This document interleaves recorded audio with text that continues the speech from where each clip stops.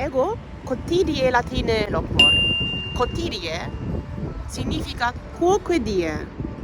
Lunae die latine loquor. Martis die, Mercurii die, Jovis die, Veneris die, Saturnii die, Denique solis die latine loquor. His omnibus diebus ego latine loquor. Nunc vos rogatis. Estne utile mi quotidie latine loqui, prodestne fione melior, id est melius ne latine loquor propteria quod quotidie loquor,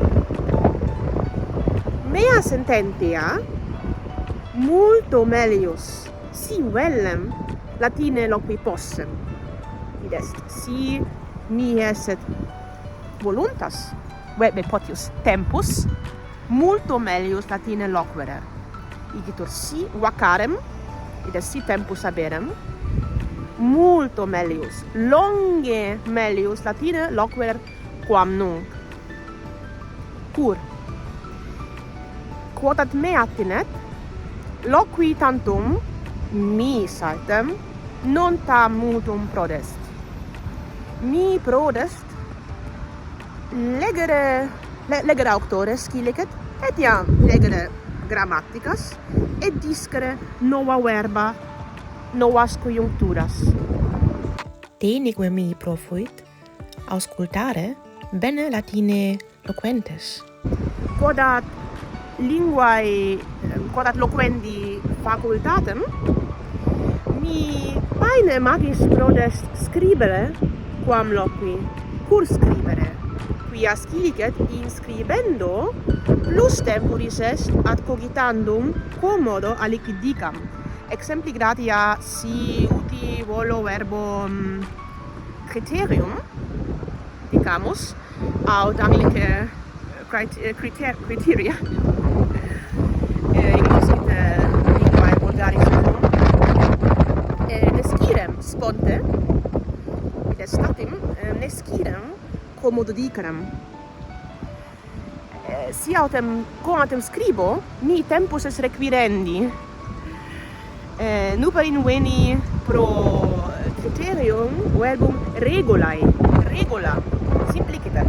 Saepe valde simplex est, per multa verba per utilia, non solo in Cicerone scilicet, etiam in Catullo, per esempio, in Martiali, in Plauto, in Terentio, in commodi Scertia, imitantur usum vivum, quia est in Scaena. Igitur scribendo melius disco quam loquendo. Puto, sic mi videtur, fortasse etiam in loquendo benedisco, sed mea sententia non satis est, Quomodo loqui latine didici? Loquendo? Minime loquendo. Necesse sut me corrigam, dixi me minime didicisse latine loquendo, hoc non est verum. Ego multo magis didici scribendo quam loquendo, sed non minime exaggeravi.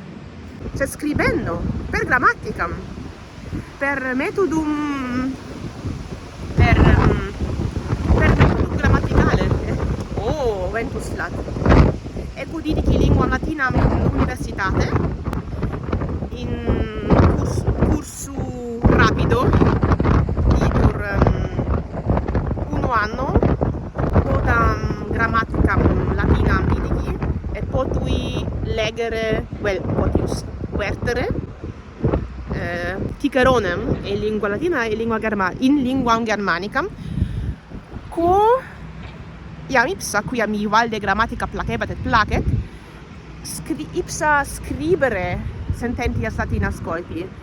Deinde colpi studere philologiae classicae, in qua disciplina obligatorium est, in qua disciplina necesse est convertere ex lingua germanica in linguam latinam, discendo grammaticam, capilli, discendo grammaticam quae requiritur quae ad quamque sententiam requiritur.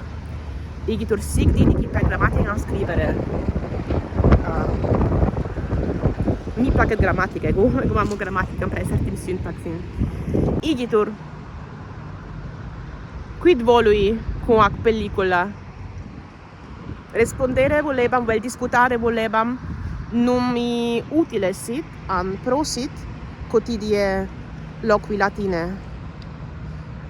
Hoc est saltem quod nunc cogito, sed fortasse fallor, nam nos omnes fallimur. Errare humano est, valete. Addo aliquid, hoc non significat non esse nec esse loqui latine, certes nec esse est maxime nec esse latine loqui, et alius aliter discit. Ego hoc modo disco, tu fortasse alio modo discis. Igitur, omnes loquemini latine.